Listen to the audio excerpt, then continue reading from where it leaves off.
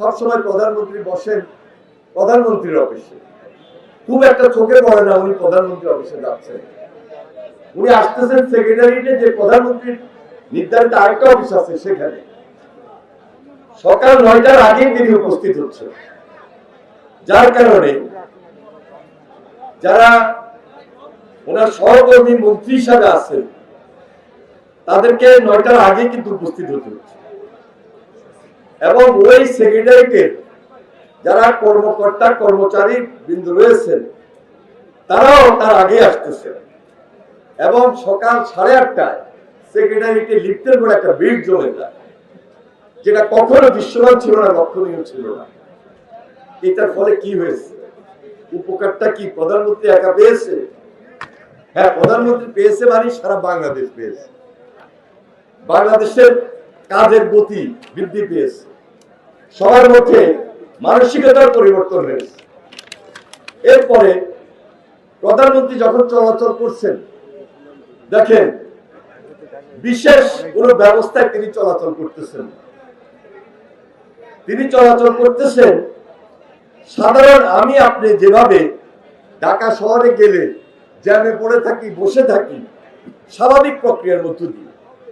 এবং বিশেষ যে সিকিউরিটি ওনার, যেখানে আগের প্রধানমন্ত্রীদের কমপক্ষে 18 থেকে 20-24টা ছিল, উনি 4টা এটাকে নিয়ে এসেছেন।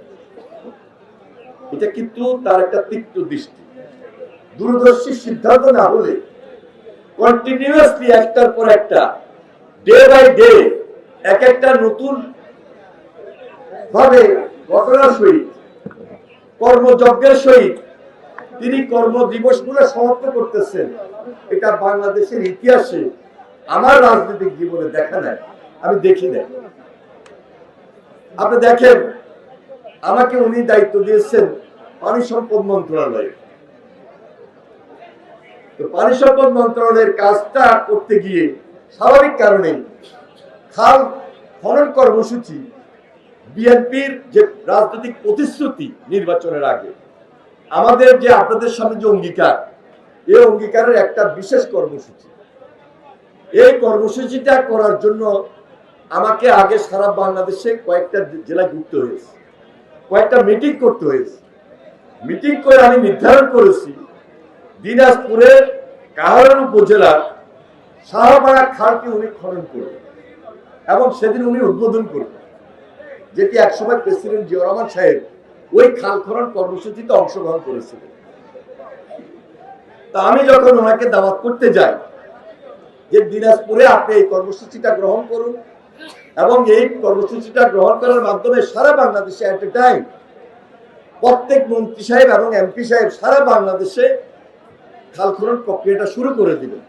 এই যে আমরা শুরুটা করব, এটা তো আমাদের একটা কন্টিনিউয়াস প্রসেস। আমরা 180 দিনের একটা প্রোগ্রাম নিয়ে এসেছি, আরেকটা আগামী 5 বছরে সারা বাংলাদেশে 20,000 কিলোমিটার খাল খনন কর্মসূচি শেষ করে আমরা এটার বেনিফিটটা দেশবাসীকে দিব, দেশবাসী গ্রহণ করবে। এই উদ্দেশ্যকে সামনে রেখে আমরা যখন 16 মার্চ এই কর্মসূচির উদ্বোধনের দিনটা ঘোষণা করি, তখন উনি আমাকে জিজ্ঞেস করলেন যে প্রোগ্রামটা কোথায় হবে, কিভাবে হবে। এবং আমি তখন কথা বলতে গিয়ে তখন ওনাকে বললাম যে এটার একটা ভিত্তিপ্রস্তর আছে।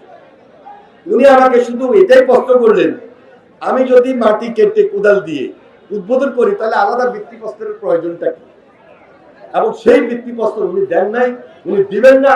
এবং উনি আমাকে স্মরণ করে দিলেন প্রেসিডেন্ট জিয়া রহমান কখনো ভিত্তিপ্রস্তর দিয়ে খাল খনন কর্মসূচি করেন নাই, এটা হলো তারেক রহমান।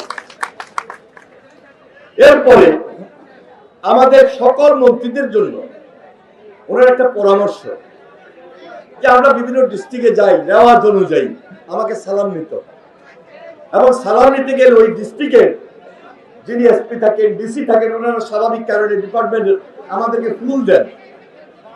তাই আমি ডিস্ট্রিক্টে গেলে আমি যদি সালামটা না নিই, খুব বেশি ক্ষতি হয়ে যাবে। এই দৃষ্টিটা ওনার মাথায়, তীক্ষ্ণ দৃষ্টিটা, চিন্তাটা ওনার মাথায় ছিল বিদায় সবাইকে পরামর্শ দিয়েছেন, যার কারণে আমরা এখন ওই সালামিটা গ্রহণ করছি না। করার কারণে সুবিধাটা কি হলো, একটা ডিস্ট্রিক্টে যে এটার সঙ্গে তো মিনিমাম একটা খরচ ইনভলভ থাকে,